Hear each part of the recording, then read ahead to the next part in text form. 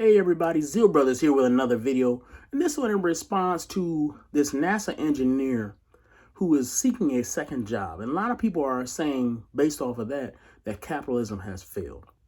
And when you talk about capitalism failing, let's just talk a little bit about the fact that most people don't understand capitalism. Capitalism is the idea that in the free private market, you can buy and sell without restrictions. That's the basic understanding of capitalism. And when you look at a NASA engineer who has to seek a second job, let's just talk about, just to getting into the story a little bit, she was somebody who was making money on NASA. She said she had an extra time and she just wanted a little extra spending money. And so she wanted to do it for that reason. But people were still using this story as a launch off to talk about capitalism in general. And I don't necessarily have a problem with them talking about it, even if the premise is a little bit disingenuous because she's just doing it for extra spending money. She says she makes a lot of money doing NASA engineering and she's happy with her job. She's happy with her pay. She just wanted to do something extra. So the story is a little bit disingenuous in that sense. But let's talk about the fact that she's working on a public sector job.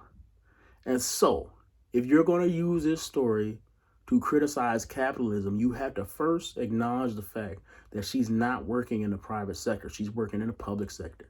So if there was any problem with what she was earning, it would be a public sector problem, not a market problem.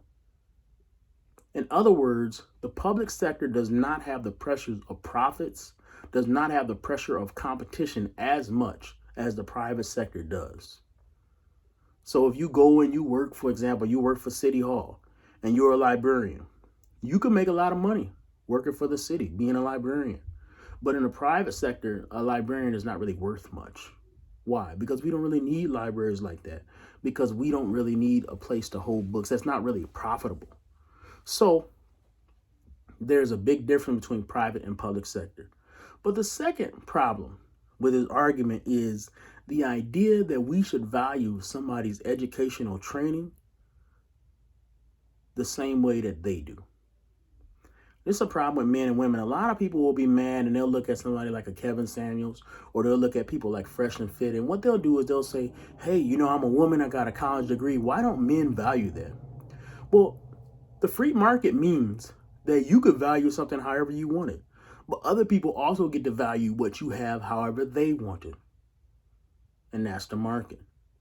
So let's just give an example. Let's say that I really love my car. It's a 2005 Nissan, right? But I really love it. But other people may not love it as much as I do. And I go out there and I say, you know what? I'm selling this car for 30 grand. Nobody's going to buy it. Nobody's going to buy it because what I value it does not match what everybody else values it. And if I really do want to make that deal, I'm going to have to lower my price to what the market values it at. That's the truth. The same goes with the value of your education. If you are somebody who's got a doctorate in finance, you might say, man, I got so much training. I should be worth something. And maybe you should be. But the truth of the matter is the market will always value William Buffett, who doesn't have a college degree, more than your financial training. And the reason is that he has proven that he can make people profitable if they invest in him, because he's proven through the years that he invests very well, that he knows what he's talking about. You don't necessarily have to like Warren Buffett, right?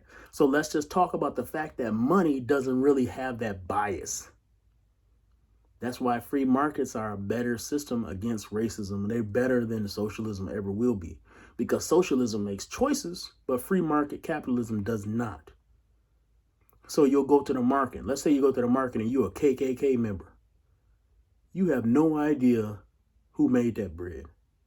It could have been a Jew, could have been a black person, could have been a Hispanic person. You have no idea. But when you look at that bread, you're only looking at two things: quality and price. That's it. You don't know who made it. And that's the great thing about the market, is the market takes discrimination out of it. Because unless you make your race part of the equation, it doesn't have to be.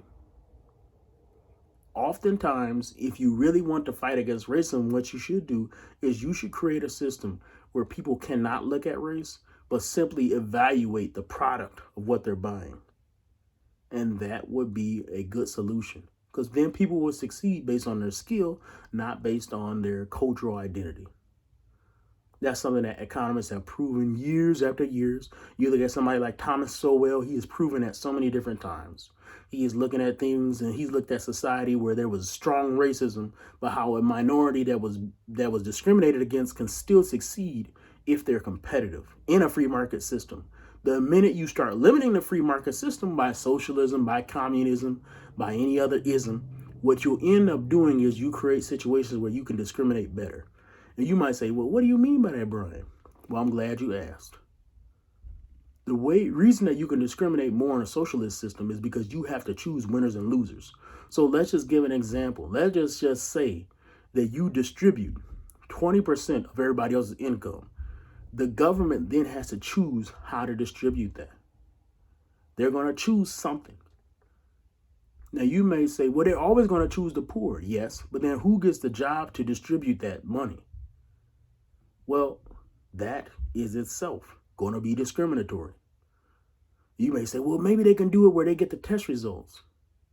And you could do that. But then who creates the test? And who chooses who creates the test? And so whenever the government does something, it's going to create a situation that is more discriminatory than if you just left it up to the free market. It will always do that. And so when you look at this NASA engineer, the problem that a lot of people have is that other people don't value her education the same way that they value practical experience or how much she might value it. And that's simply the fact that you guys don't like that other people in a free society can have their opinions on somebody else's worth, and it may not be as high as they think they are. And to me, it's no different than if somebody walks into a dance club and they think they're looking good, but nobody else does. That's a free market. You have a right to think that you have the value that you want to think. But at the end of the day, it's really what everybody else is willing to pay that really matters.